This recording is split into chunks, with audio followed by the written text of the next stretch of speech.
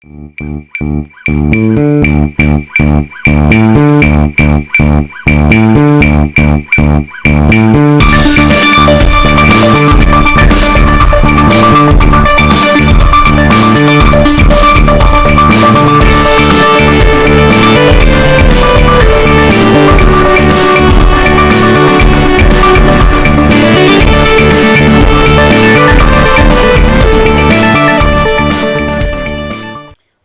to Pure Love, episode 9.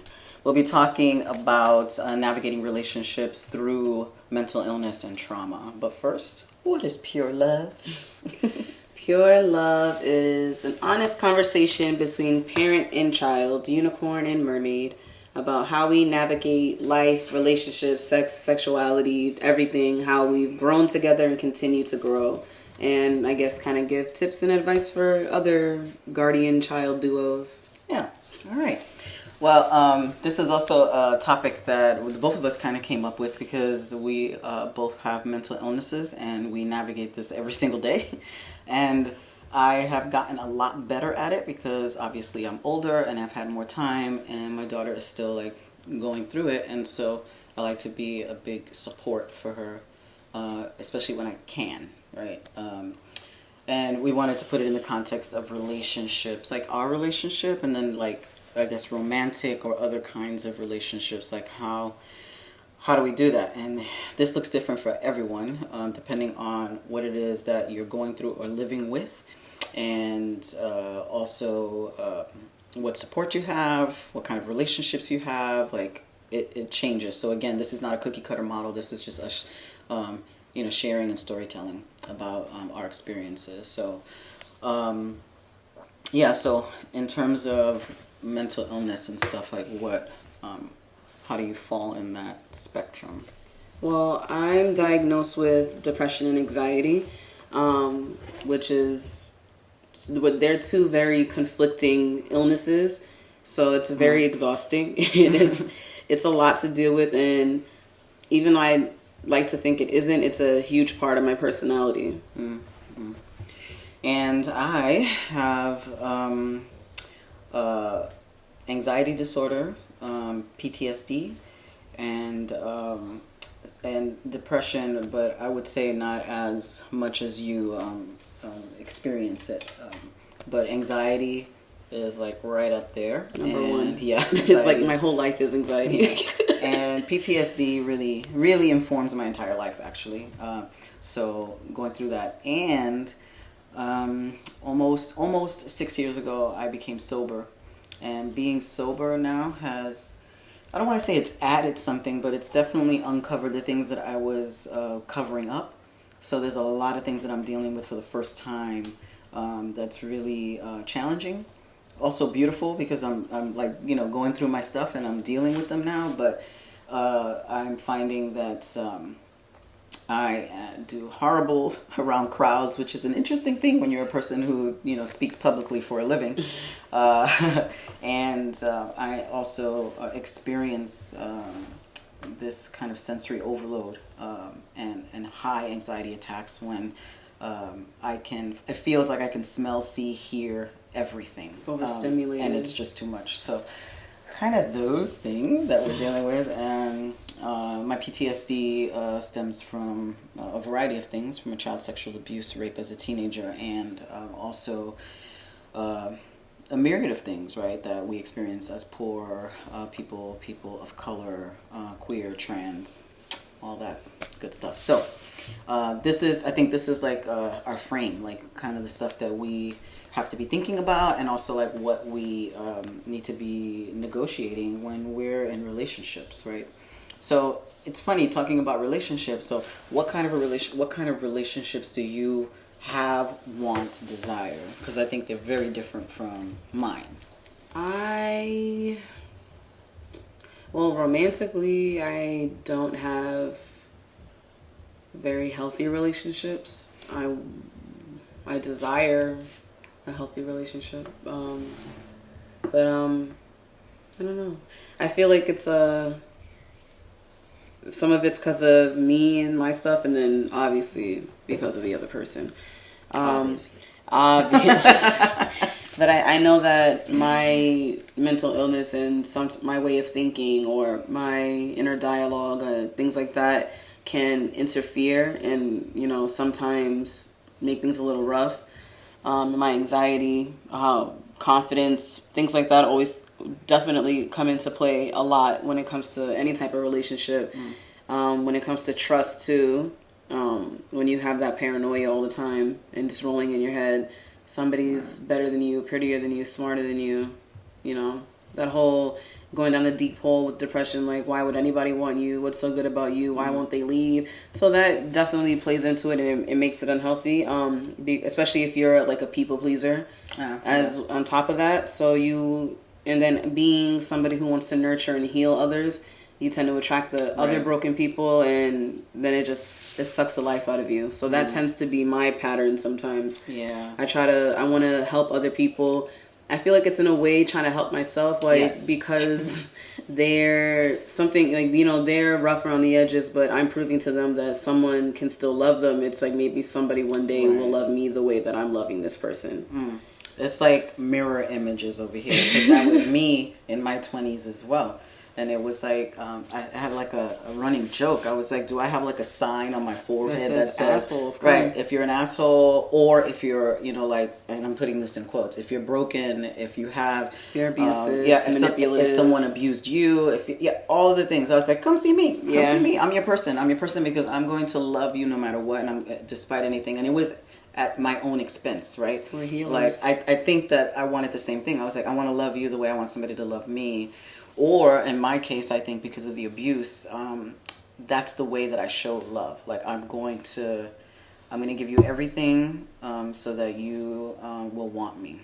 I do that too. That stems from my abandonment issues with all my daddy issues. I'm like, if they, like, maybe I can do something that'll make them stay, because clearly I'm not enough. So I have to continue to do these things to make someone stay. Because I'm like, if my dad can't stay, then why would anybody else? So that was always a huge cloud over my head whenever dealing with people. Like, eventually this is going to end. They're all going to leave. Like, why even try to get into it? And then it's like I push them away and not like wanting to, but I'm just like, it's all going to end eventually. You're just going to find someone prettier than me. So why even put effort into it? And then I push people away, and then it's my fault. So I think as an adult, I'm the person who does the glass half full. And you are still navigating glass half empty, because I know that when we're helping each other out and you're telling me about stuff, I'm like, see the positive side of things. And I know that that's easier said than done. And I also think that one of the reasons, maybe I'm wrong, but one of the reasons why you actually listen to me more so is because I too struggle with, like depression, anxiety, and stuff. It's hard to take advice from people who have no idea how you feel. I have friends who are constantly like, why don't you just... And I'm like, why don't you just don't? Because you don't understand. I saw a Facebook post about that too. Like, things not to say to your friend if they're depressed or anxious. Like, maybe you just need to go outside, get some air, feel better. Like, maybe if you weren't so lazy or something like that. And it's like, these things are not helping, and you're a person who doesn't deal with this. So for you, it can be a regular sadness. But for me, it's a deep, dark hole that I'll be in for a month. And I can't control it. So I'm like, it's not like I want to be in my room all day, but this is what happens. Right. It's so hard. It's so hard. I think I started understanding that in you more. I mean, I think I've always tried, and at most times been successful in supporting you and being there for you. But I think it really got to a deeper sense of understanding for me once I got sober. Because I went to the depths of my anxiety and depression then, because it was the first time that I really allowed myself to feel those things. And I didn't know that I was doing that. I had no idea that I was self-medicating. I thought I was just having a good time and hanging out with friends. And because I got pregnant with you at such a young age, I was so good. So good. Taking care of you, breastfeeding, being a good mother, doing all of these things. So I think when I hit my 30s is when I went buck the fuck wild, and I was catching up on things that I hadn't done in a long time. And it caught up with me. I mean, and not to mention that, in our family there is mental health issues, and there's also substance abuse issues, addiction. Yes. So I always had that in the back of my mind, like be careful, be careful, be careful. And then, and then it happened. And then through my wonderful chosen family networks and having accountability processes, I decided that I was going to be sober. And there began the really deep work, and then also almost something clicking even deeper for me. Because, of course, with parents, I think for me as a parent, you try. Even if you don't understand, you try, right? But now there was a deeper sense of understanding around the depression piece and stuff, and the anxiety. Oh, shit. I mean, that's... And it's just my luck that with the high level of functioning anxiety that I have, I live in the most anxiety-inducing city block neighborhood on the planet, besides Tokyo, Japan. I live in Grand Central, Times Square, whatever. So every day I'm like, I don't even know how to describe it. The smells, the sounds, the people, it's so much, so early in the morning. As soon as I walk up to go to work, I'm just like, I want to go home. So then how does all of this that's inside of us, like how does this translate into relationship stuff? And I think it translates for me in a lot of different ways. It's around trust, and also big time, it's about control. Mm-hmm. I think for me, I know very clearly that I am a control freak and I need control. That's clear for me. I have no qualms about it, and I will not lie to myself and say that I'm not a control freak. I think I'll rephrase that. I think there are many survivors in which control is a factor, right? Because control was taken away from us, and so it's a big factor in trying to gain that control. So my relationships in the past, when they were very, very unhealthy, were I gave up control constantly to other people because I didn't want conflict. Yes. Right? Yes. No conflict. Yeah. I don't want to fight. I don't want conflict, so I'm just going to defer to you. And for a while that worked, right? Because I really wasn't tapping into my own stuff or what I wanted or who I was. And now it's more of a give and take. And I want to be really... Now I'm very, very intentional. So I'm polyamorous and I'm kinky, right? So I've been in the kinky community for almost 20 years, or actually 20 years. And I've been polyamorous for about the same amount of time. So polyamorous, for those who don't know, is the theory and practice. For some people is theory, and then practice comes later. But theory and practice of the ability to love or have multiple relationships with people where it is consensual, it is known, it is not cheating, it is not lying, it is a way of living, a way of life, a way of loving, a way of having relationships. So that has absolutely worked for me, and I think it's worked for me in a lot of ways. So in terms of my kinky relationships, currently I am a dominant to someone who submits to me, and that is a beautiful relationship because it's so logical, it's so clear, everything is known. I know my role, she knows her role, and together we came to that decision together. And at any moment, she can opt out of it, I can opt out of it, we can reconfigure it, we can do all that.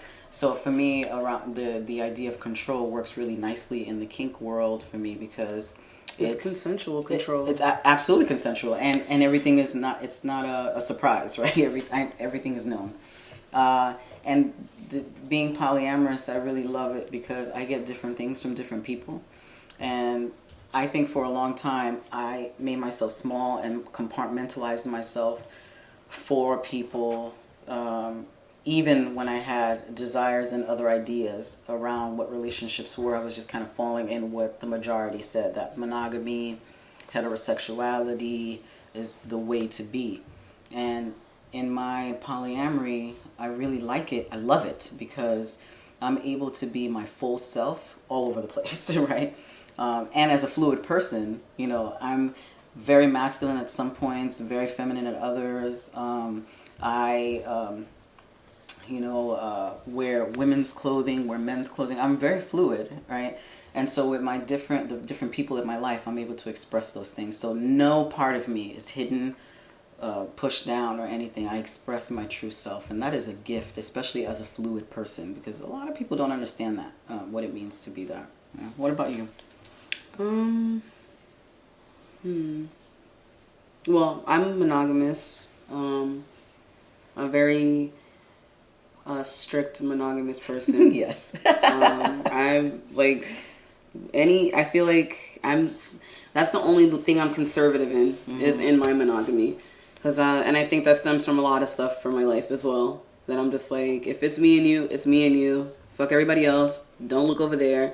Or if you do, just be discreet about it, because we're all going to look. Right, but right. Don't make me know that this is happening. You know, like, I have boundaries and rules that I just like, but I mean, it's not like I'm impossible, but it's just like the things that I have dealt with or the things that I have felt, I have to create these boundaries to prevent these feelings from coming again. Whether it's me preventing something or I'm asking you to prevent something, but I like the idea of being with just one person, and I don't, shun or turn my nose up at any other like way of loving and living. No, you've been totally supportive of the way I live my life from the get. My whole thing is all about things being consensual, being honest, communication, trust, loyalty, things like that. And that can come in many forms, whether you're monogamous or not. But I'm a fiercely loyal person, and I don't tolerate, betrayal or things like that. I don't know, and that makes me a black and white person when it comes to stuff like that. I don't know, I guess I think that stems from my donor or stuff like that too, that I'm just like, no, I'm not tolerating this. So I'm trying to be better at it, because I know when you meet certain people or you feel like you can't do better or whatever the case is, you'll silence yourself and act like things don't bother you or things don't irk you or that doesn't hurt you, because you just want to have things be calm. But that's something I have to work on, because I'd rather argue with me tell you what's going on than me sit there and be miserable and just die a little bit every day, because I'm holding it in and you're still doing the same thing. So I'm still learning how to be vocal more and not worry about whether it'll make them mad enough to go, because if that's the case, then you could just stay gone. Well, it's I always say, like, one of the hardest things is not to lead with fear. And that it is really hard. But sometimes when we're scared of something, we allow that to lead us. And then sometimes we end up in the place that we don't want to be in, because we're being led by that fear. Right? So I work with that all the time. The way that my mental illness shows up in relationships, or how I navigate relationships, is really around my self-care. It really is around my self-care. Like, not ignoring when I need to have my alone time, when I need to meditate, when I am having an anxiety attack and I cannot show up fully, right? Rather than saying, oh, it's okay, I'm just going to go. I don't want to disappoint them. I want to just show up, and then screw myself. And that's the behavior I did in the beginning in my survivorship. It's like, fuck you, take care of them. Fuck you, take care of them. And with understanding my mental illness really has gotten me to tap in deeper to what does it mean to take care of myself. And I think we throw around the word self-care a lot, right? It's like, take care of yourself, self-care. And I like to think of care as self and community care, right? Because there are moments when I actually can't take care of myself. I can't do self-care. Yeah. And my people show up for me. My daughter shows up for me. And when she can't do self-care, when I haven't heard from her in a minute, and I'm looking at Facebook and I'm seeing the posts that are, just dreary, I'm like, okay, something's up. Let me call my boo-boo and see what's going on, right? So it's like having people to have your back is like super important when you actually don't have the ability to do self-care. So for me, it's a combination of community care, self-care. If you have the privilege enough to have a community that can do that for you, because I know a lot of people don't have that. Unfortunately. Yeah. So that's, in that way, that's how it shows up for me in terms of like how I care for myself, how I don't deny myself my care, honesty too. Wow. Like, another thing around honesty, it's like you truly, or for me, I truly feel like I have to be honest about what is going on in my body. And also things come up for me in terms of weakness. I oftentimes feel really weak, dumb, stupid. And these are words that I don't even like using for other people. Yeah. I don't use stupid and dumb. Yeah. And for myself, I use that. I'm like, I feel stupid. I feel dumb. I feel like I can't even handle, simple tasks. Right. Yeah, I feel that way too. Like, I'm just a failure. Like, Yeah. I couldn't even just go to the doctor's appointment. Like, I had to cancel. Right, I have to stay in bed. Like, what's wrong with me? Like, I'm in. Like, there were times where, and it still happens. Like, it's like I'm in bed for 3 days. I haven't washed. I haven't I have done not anything. brushed my teeth in a week or something. Right. But a part of that is for me is that I say to myself, "This is okay. Right now, it's okay." That I can express this to the people that are in my life, to say I'm not having a good day, and what that means, right? Because some people actually want people to come. Okay, I'm coming over. I'm helping you, right? And other people are like, I don't need you to come. Just talk. Just talk to me over the phone or check in with me in a couple of days, right? So it's really, again, it goes back to, which is so goddamn hard, tapping into yourself and really trying to come up with ways. Okay, what would be helpful for me? What could I convey to my partner, lover, friend? Which is hard because that makes you vulnerable. So vulnerable. And you actually have to like formulate, this is the plan. Like, this is what I need from you. And then wait to see if they will be able to give it to you and not judge you, right? So hard. And it's the journey, right? Because sometimes you will meet people who are like, oh, come on, get over it. You can get up out of bed. Come on, right? And then other people will absolutely be there for you because they may understand, or they have experience with someone else, or they too are going through that. So it is a mixed bag, and it's the journey that we all have to go on and take the chance. Again, which is so goddamn hard because it's like I'm being judged. I'm a failure. It's a never-ending journey. It's like but it's like that Greek myth. I forgot the name of that guy who's constantly pushing that ball up the hill so it could roll down, and he's pushing, like, that's just his fate. That's what mental illness is. No matter what you do, like, you can get to the top of the hill, you could be at a good point in your life, but eventually that ball's gonna roll right back down, and you have to push it right back up. But when you find people or have people in your life that support you and love you and everything, you really need to hold on to them and show them love right back too. Because having it is hard too. Being on the outside, dealing with it is hard as well. Right. So, you always have to make sure you're caring for them as well. But that's a good point that you're saying too. But also coming to terms with what you're able to do for somebody else, right? Because what they give you may not be the same thing you can give them. And I learned that the hard way, right? Because sometimes people do nice things for you and you want to reciprocate that exactly the same way. And sometimes you just don't, or you can't, right? Like, I'm a type of person that the way I show love is giving time to people, cooking somebody a meal, listening to someone, having them over, like, it's about more quality time with me. And then there are other people that they can find the perfect gift to give you. And it's like they have a gift to give gifts, right? And it's like, it makes you feel good. I suck at that stuff. So I can't reciprocate that to somebody else. I can do something else, right? I think I'm good at both. Yeah. I suck. You are. You give me good gifts. But I'm, like, you have to really think about, what do I have the capacity for? So when I'm navigating stuff with people that I love, I can say, I can't do that. I don't have the bandwidth to do that, because then, and this is through trial and error, of course. I've done this through trial and error. Like, I didn't know this, and then I would let people down because they were there for me in such a good way, and then it seems like I just let them down. It's never intentional. It's just, our abilities, I guess, or lack of ability. And I think these days people are talking about mental illness in a bigger way, which is really good. It's a lot less shame around it, and how to navigate those things. And I have a group of people in my life that, we could easily say, I'm having a bad day, check in on me, or, whatever it is that we need. And I have my people, like I said, I have my friends that if I haven't heard from them for a little while, like, we know each other's patterns, and we could really be a support. So it is one of the most vulnerable things to do, to like let someone into your freaking head and your spirit. And so it's very, very, very vulnerable, and it is a journey for anyone to take on at their own pace.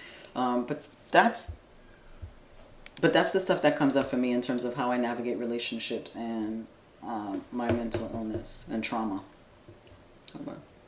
It's the same. I try to, my big thing is working on dealing with it alone too. When I have nobody, I try to, I don't know if it's like just me being like a fiercely independent person, but I know I definitely, the biggest thing for me is trying to find skills to do it on my own. When there's no medication, when there's no therapist, when there's no friends, when if you're busy or you're in a country where I can't talk to you or something, like my biggest thing is doing that because, you're born alone, you die alone. There's going to be moments where you're completely alone, and I have to be able to take care of myself in those moments when I can't lean on anybody. So I know for me that goes into, my spiritual stuff, doing arts and crafts, watching cartoons, things like that. I do little stuff to help brighten my day. Oh, that's a good thing. Like, what do we do when we're feeling like that? So for me, sometimes I just don't bathe or brush my teeth or anything for a couple of days, and I have to allow myself to do that. Junk food, comfort food. There are moments where I do that, and I don't feel guilty about it. I am going to do it. I'm going to eat the junk food, and I'm okay with it. And my spiritual practice is everything. Ritual and spiritual practice is everything. It has gotten me through so much, some intense times.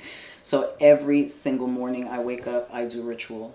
Every morning, every month, every season, every year, I do ritual as a part of our Taino spirituality and our African spirituality, combining those two. So that has been major. So helpful, life-changing, everything. Yeah, arts and crafts. Art, like your own art therapy is just like amazing. Writing, right? My whole place is covered in paintings and like glitter and wallpaper and little cutouts of stencils. Like I have art everywhere.